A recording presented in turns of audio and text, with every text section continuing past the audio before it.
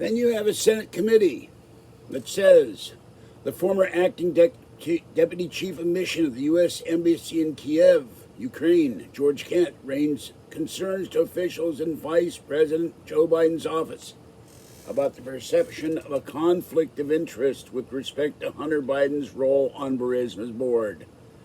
His concerns went unaddressed. In October 2015, State Department official Amos Hochstein raised concerns with Vice President Biden and Hunter Biden.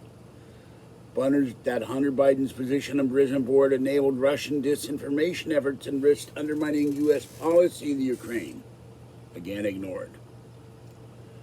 And then we have former Secretary of State John Kerry had knowledge of Hunter Biden's role on Burisma's board, but when asked about it in a town hall meeting in Nashua, New Hampshire on December 8, 2019, I had no knowledge of any of that. So he lied. Evidence to the contrary is in Section 5 of the Senate report. And they go on and on and on. A bribe was paid by an oligarch named Zlochevsky of $3 billion. Another bribe was paid of $7 million to shut the case against Zlochevsky and get rid of the prosecutor. So there's all kinds of shenanigans going on. Hunter Biden was a Secret Service protectee for about 6 months.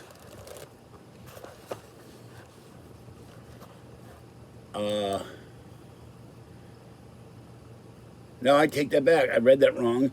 For 5 years, he was protected by the Secret Service.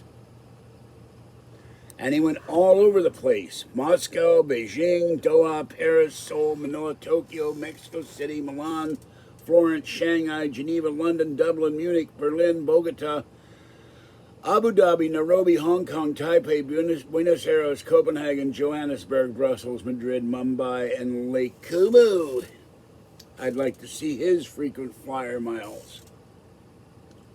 And then a Democratic lobby firm, Blue Star Strategies, contracted with another guy, Russian disinformation, Andrei Telezenko, from 2016 to 2017, and continued to request his assistance as recent as the summer of 2019.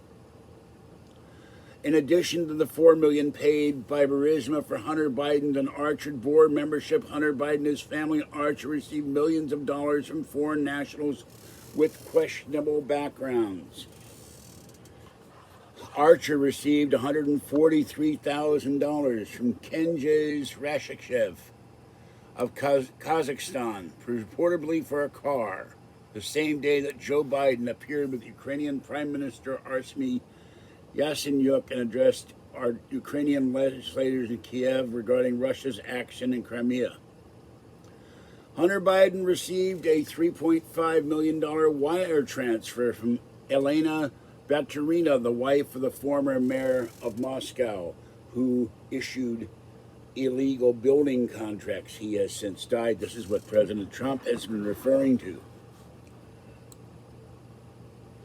Hunter Biden opened a bank account with Guangwon to fund a $100,000 global spending spree with James Biden and Sarah Biden.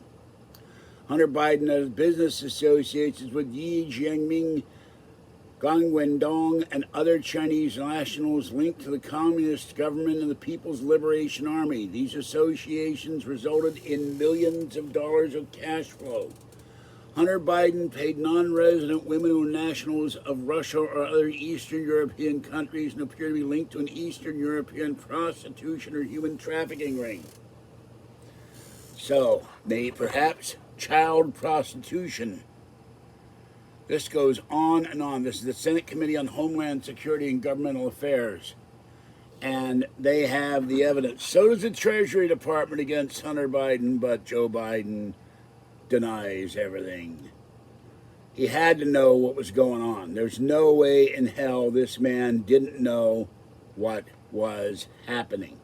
Now, so far, I've been able to find no evidence that Joe got any of this money, but everything shows that his family got millions. And it's all very, very suspicious. Overturn a prosecutor who's going to investigate his son. Pay for Secret Service, her son, to go all over the world. Chinese are paying for introductions to the big guy. And President Trump said tonight who the big guy was. It's Joe Biden.